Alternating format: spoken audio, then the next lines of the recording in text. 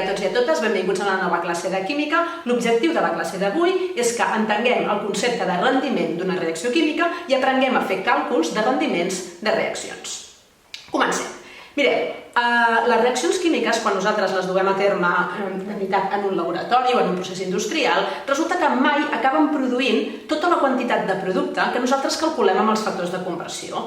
És a dir, que si nosaltres fem una reacció al laboratori posant una certa quantitat de reactiu i nosaltres amb factors de conversió, tal com hem après a fer tots aquests dies, doncs determinem la quantitat de producte obtingut, en general, quan després ho fem al laboratori, la quantitat de producte que nosaltres obtenim sempre és inferior a la que hem calculat mitjançant els factors de conversió. I per què passa això? Doncs mireu, bàsicament, el fet que la quantitat de producte obtingut sigui inferior a l'esperat sempre té a veure amb dos motius. Per una banda, el fet que sovint tenim reaccions químiques paral·leles, és a dir, a part de la nostra reacció, la que nosaltres volem dur a terme, sense que nosaltres ho puguem controlar, passen altres reaccions que fan que la quantitat de producte que nosaltres volem sigui inferior a l'esperat, i després, un altre dels factors que sovint passa és el fet que les reaccions químiques, en lloc de ser irreversibles, sovint acaben conduint a estats d'equilibris, en què els reactius no s'acaben d'esgotar, sinó que els productes tiren enrere i tornen a fabricar els reactius. A causa d'aquests dos motius, és important que nosaltres definim el concepte de rendiment d'una reacció química. El rendiment d'una reacció química, i ara us apareixerà aquí escrit a la dreta, sempre es pot calcular com la massa real obtinguda en el laboratori dividit entre la massa teòrica calculada, és a dir, aquella que nosaltres hem fet amb els factors de conversió, i multiplicada per 100. Anem a resoldre un exemple. El carbur de calci, CaC2, reacciona amb aigua per formar hidròxid de calci i gas acetilè, C2H2. Si es fan reaccionar 100 grams de carbur de calci amb 100 grams d'aigua i s'obtenen 27,6 grams d'acetilè, quin és el rendiment d'aquesta reacció? I com a dades tenim les masses atòmiques dels diferents elements que hi intervenen. Com sempre, per resoldre un problema d'estequiometria de química, el primer pas és descriure la reacció química, que en aquest cas jo ja us l'he escrita. El carbur de calci reacciona amb l'aigua, la reacció produeix gas acetilè i hidròxid de calci. Està escrita però no està igualada, anem a igualar-la. A reactius hi ha un àtom de calci, a productes hi ha un àtom de calci, a reactius hi ha dos carbonis, a productes també hi ha dos carbonis, el nombre d'hidrògens a reactius és 2, dos hidrògens, a productes 2 més 2, 4, per tant aquí ens faltaria un 2. I d'oxígens a reactius ara n'hi ha 2 i a productes també n'hi ha 2, per tant ja tenim la reacció igualada.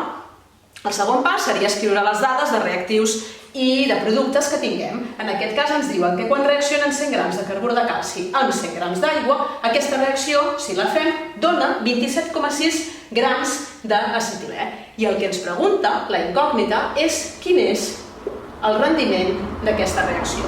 El rendiment, fixeu-vos que sempre fa referència al producte de la reacció. En aquest cas, el producte del que tenim dades, que seria l'acetilè. Aquesta quantitat que ens dona l'enunciat, els 27,6 grams d'acetilè, són els grams d'acetilè reals. És a dir, de veritat, en un laboratori, quan es fan reaccionar 100 grams d'aquest reactiu amb 100 grams d'aquest reactiu, dona això. Ara nosaltres, per poder determinar el rendiment, fixeu-vos que si nosaltres aquí omplim aquesta fórmula, la massa real d'acetilè la tenim, són 27,6 grams de C2H2, i la massa teòrica és la que ens falta. Què vol dir massa teòrica? Doncs la massa d'acetilè, els grams d'acetilè, calculats mitjançant factors de conversió. És a dir, el que els càlculs ens diuen que hagués hagut de donar aquesta reacció d'acetilè. Aquesta és la incògnita que ens falta. Quan nosaltres haguem trobat la massa d'acetilè obtinguda segons els factors de conversió en aquesta reacció, ja tindrem el rendiment.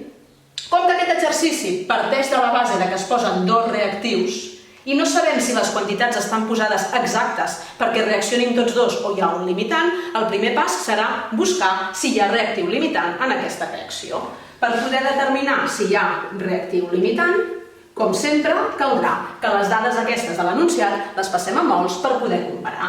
Si nosaltres tenim 100 grams de carbur de calci, per passar-ho a mols, fixeu-vos que jo aquí ja us he posat la massa molar, 64 grams de carbur de calci és un mol de carbur de calci. Gram de carbur de calci simplificaria en gram de carbur de calci i els mols de carbur de calci que donaria aquesta reacció són 1,56 mols de carbur de calci. Aquesta dada ja l'escriuré aquí, és a dir, aquests grams són 1,56 mols de carbur de calci.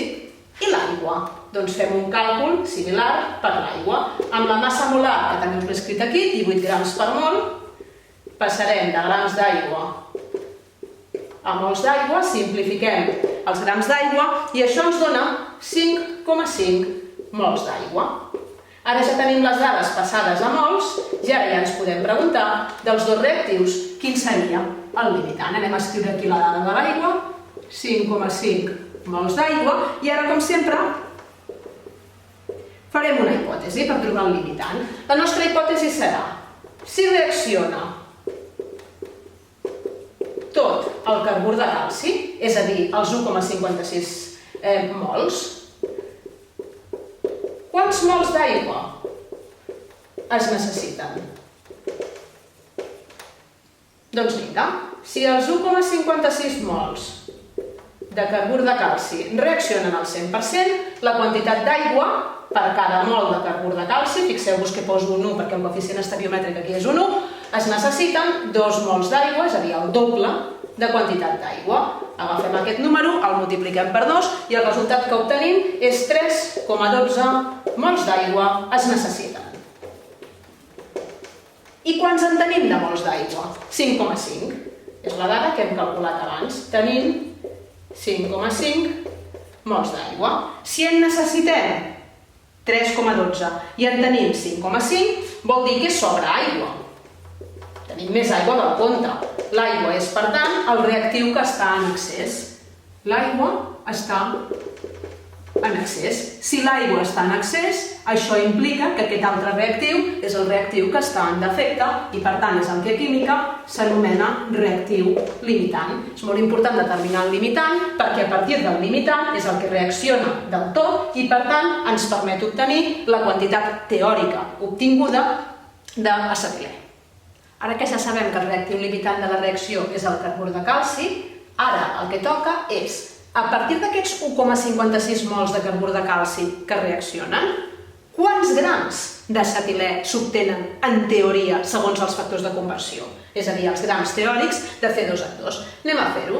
Si nosaltres ens reaccionen 1,56 mols d'acetilè, d'acetilè no, de carbur de calci. Si ens reaccionen 1,56 mols de carbur de calci,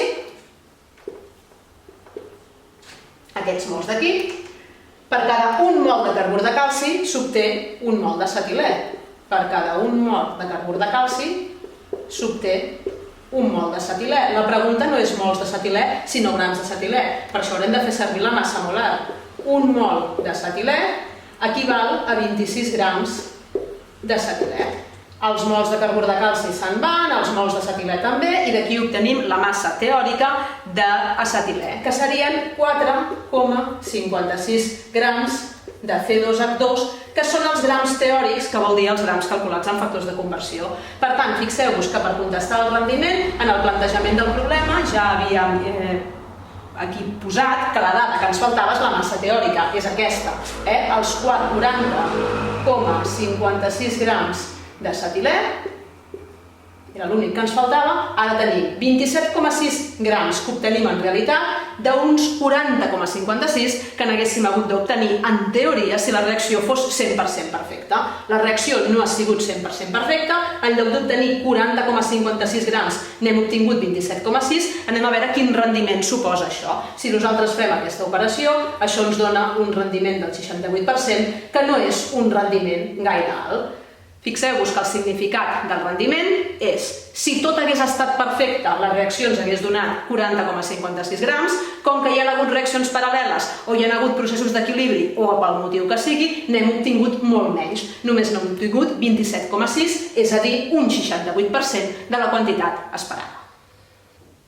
Bé, doncs així donem per finalitzada aquesta classe d'avui sobre el rendiment de les reaccions químiques. Espero que sobretot tothom sigui capaç de diferenciar entre el que és la massa real obtinguda en una reacció química, és a dir, quan anem al laboratori i fem la reacció, realment quant producte ens dona, i la massa teòrica, que és la massa que a través de l'estequiometria i els factors de conversió som capaços de calcular. Doncs bé, fins aquí la classe, espero que us hagi estat útil i fins la propera.